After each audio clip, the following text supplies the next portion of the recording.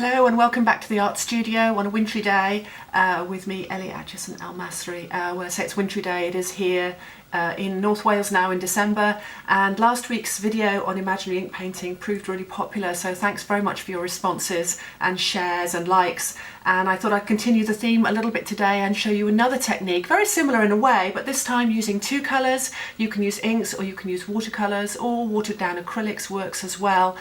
So whatever you have to hand really, or gouache paint as well.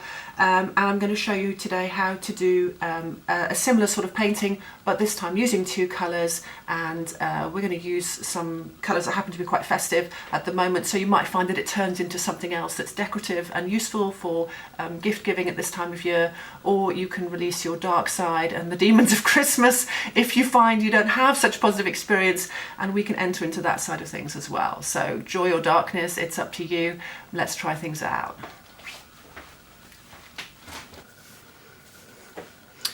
Okay, so here I've got one that I started a little earlier, and the reason for starting it a bit earlier is so that I can show you a technique to work on top of this once it's a bit drier as well, because if I waited through the video that would take a bit long. But here you can see I've just used red and green, and then if you do mix red and green together, either incidentally or on purpose, you actually get browns as well. So I suggest for this idea today that you choose two colours, maybe two contrasting colours. It could be red and green, or it could be, just put that over there, or it could be other contrasting colours such as a very dark blue and a blue and orange, or a purple and yellow, for example. These are actually called the complementary colours. And so I put these out on here, and the actual green that I'm using here is a hooker's green, in case you're wanting to go and get it. It's a very nice, fresh, mid-range green. And the red that I'm using is a Windsor red, rather than a cadmium red. So I'm using those today. But as I say, it really, depends whatever you've got to hand. And a little bit like before, I'm going to start off by using a thick wash brush here, and I'm just going to wet the paper again. So those of you who saw the last video, which was on ink painting, this is a similar technique that I used, and perhaps on this one I'm just going to do something else. Perhaps I'll make a bit more of a circular shape on that one, and it's a way to get, actually, do you know what, I think I'll just do that central area as well. It's a way to allow the imagination to be stimulated by the flow of the paint. So it's very, very watery technique here. So if you're using something like an acrylic paint, you really will need to water it down quite a lot. And if you're using watercolours, you can see here I put quite a lot of paint on my china plate here, which I like to use, because it will dry quite a bit paler and less vivid than it first appears to be. So I would recommend that you go quite strong on the paint, stronger than you might be inclined to do if you're going into, doing the sort of subtle scene. Be bold about it. Don't be shy. Be bold and just go for it. And let's try, we could try a very classic sort of triangular shape there.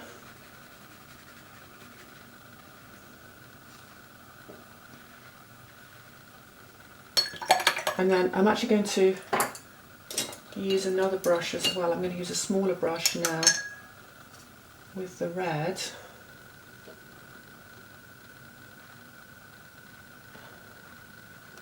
Now, what's put me in mind of this is the Christmas lights, the trees and so on. Now, we could go with that theme, or you could find it turns into something else as the watercolour spreads out a bit. So let's try something else on this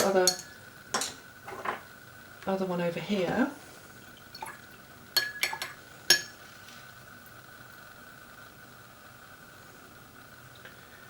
And the idea is I like to work with two. I think I tend to do this all the time. I tend to work on many paintings simultaneously and work between them. This is always the way I seem to have worked, really, but that's partly because I'm not a very patient person.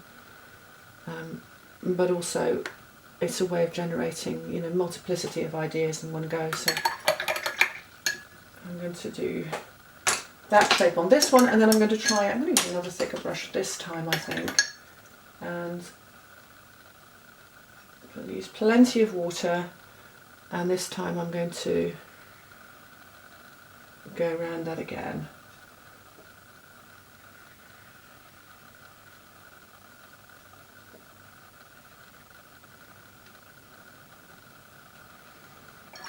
Now, if I mix, well, you'll see what's happening already on the paper is that the colours are already mixing. They're merging and mixing and changing the shapes. And this is one of the things I just adore about watercolour painting. I get, it just always, there's a kind of stream of consciousness, of thinking, of generating ideas and expressing feelings that has the potential to emerge through these techniques of form arising, and you look into it and you see shapes that you might want to develop.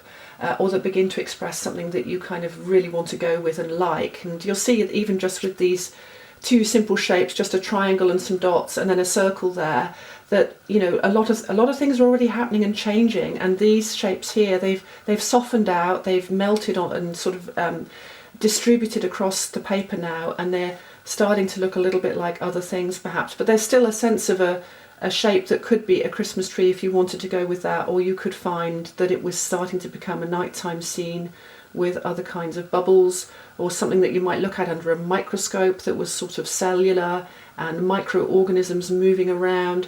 So I'm going to take another risk with this shape here now, and I've actually got, well, I'm working with 2 jars of water. I've got one that's using to rinse the paint, and I've got another one here that I'm keeping like fresh.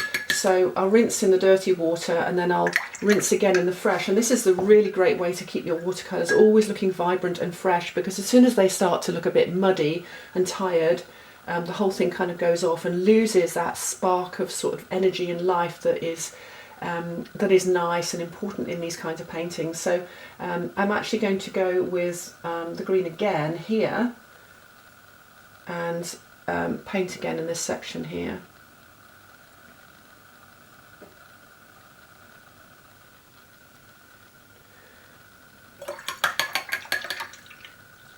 Now I'm going to use a finer brush.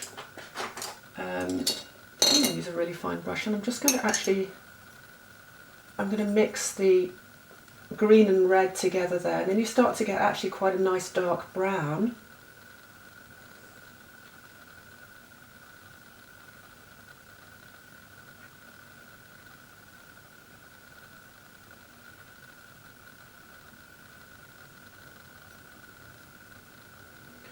It could be that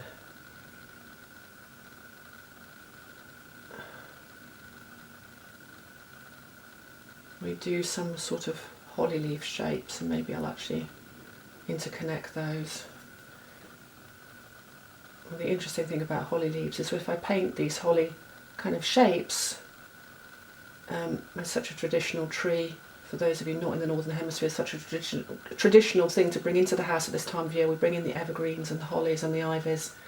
But actually, if I paint that on there, you might like to develop those shapes as leaves, or you find they become something that I find a bit more interesting right now, which is maybe the wings of a dragon, or a Spinosaurus. I had a lot of Spinosaurus talk in the car on the way to school yesterday and today. And maybe this will turn into some kind of a dragon instead. So just to see what emerges and then add some shapes into it. And now this is really dark down there. You see there's like a puddle of the paint has developed there, and then there's a lighter section, and then these lovely sort of rivulets of shapes there. Now I think I might develop that into a head, maybe a dragon's head.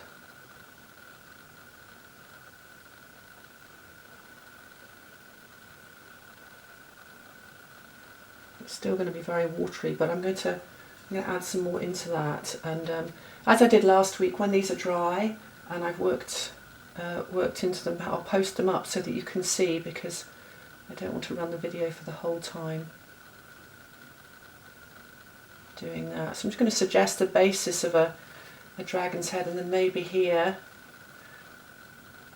maybe I'll do some sort of claws.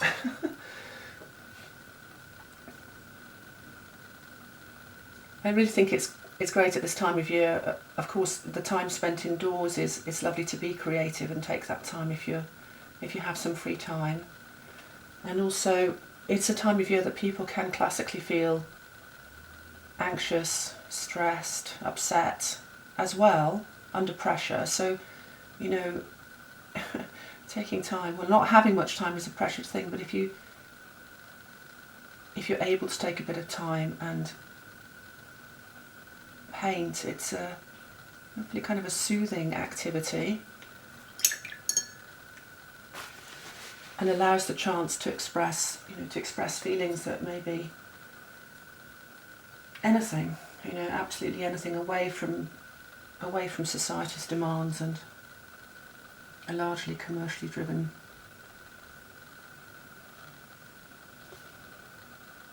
false excitements and pressures. I think I'll give him a red eye, and that will, what happens when that, we'll come back to that when it's just a sort of whoosh, spread out like that, but I'll probably come back to it when it's dry and work into that a little bit. So you can sort of develop the forms a little bit, it is rather like the ink painting, but it's, as I say, it can be, the colours generate their own associations in your mind, and if I want to create some darker areas, I simply mix the two colours together, and you'll get a similar effect if you work with, say, a dark blue and a yellow, or orange and purple, those kind of other combinations of colours.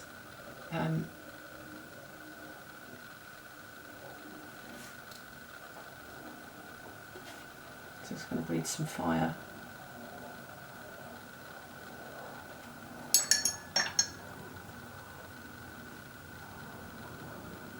Wow. Okay. And this one, I think I'll come back up to here. The other thing you can try, of course, if you look into something and you're still a bit stuck and you think, well, it hasn't really generated anything in my imagination, why don't you try and turn it the other way around? Turn it upside down, turn it on its side, have a look at it from another angle. Does anything suggest itself to you that you could work into if you want to get away, especially if you want to get away from the cliche, from the known? Begin to look at something else. I don't see anything in particular in that, but I do like those shapes, so I'm simply going to work into them a little bit more. I'm going to come back to these now, and you see, if you paint over the top now, the paint will not move around quite so much anymore because it's starting. It's still very damp, so it's going to be a loose form, but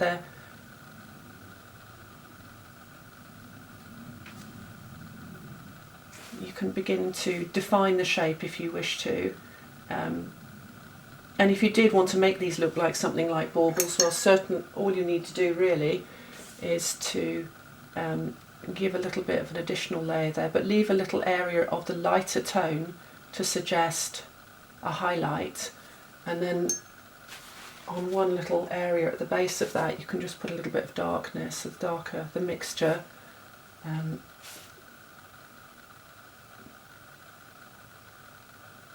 like that, so it suggests a spherical, begins to suggest more of a spherical object. And do that with that one down there. Maybe these are rather small, so maybe not that easy to see, but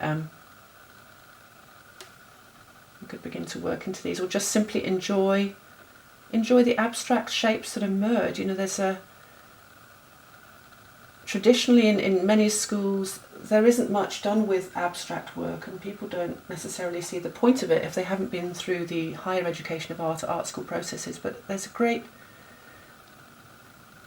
great serenity to be found in the processes of creating and just enjoying simple geometry, shapes, and the arrangements of colours, and freeing yourself from any kind of need to make it into something, that is something that you would see just outside the front door.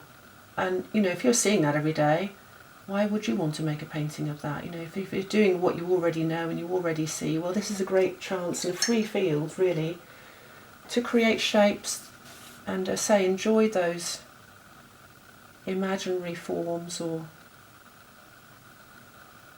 mathematical shapes that actually are quite harmonious, you know, and in painting them you feel that harmony, so it sort of generates harmony in your sensibilities as you're working in this way. So I'm just not really trying to make anything here, I'm simply enjoying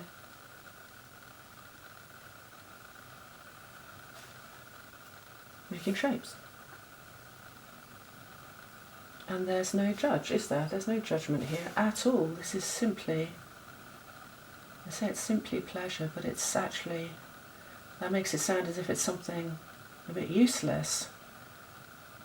But it's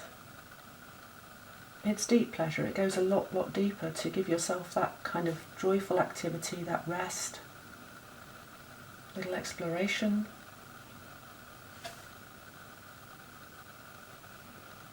So I'm simply working into that, and you can really work these however you want to. I mean, it could be that these could form decorations, or you could work on a larger scale, much larger scale, and make it into your own wrapping paper, you know, or you could work on one side of this, fold it over, and you've got cards. So just with this simple activity, if you wanted to turn it into something, then when it's dry, there's that option to do so. And actually that is so much nicer than buying things from shops. I really think something homemade.